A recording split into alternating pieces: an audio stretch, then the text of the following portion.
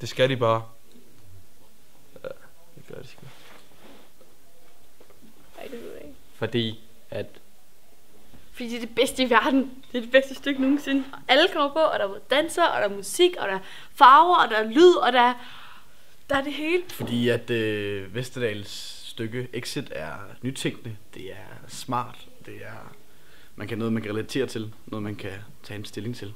Fordi det bliver pissegodt. Det er rigtig...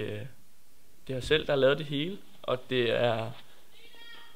Ja, det er godt. Og vi har fantastisk menneske, der kan synge godt. Fordi det er fedt, det er nyt, det er noget andet. Fordi det er pisse godt. Fordi vi har lagt kræfter i det.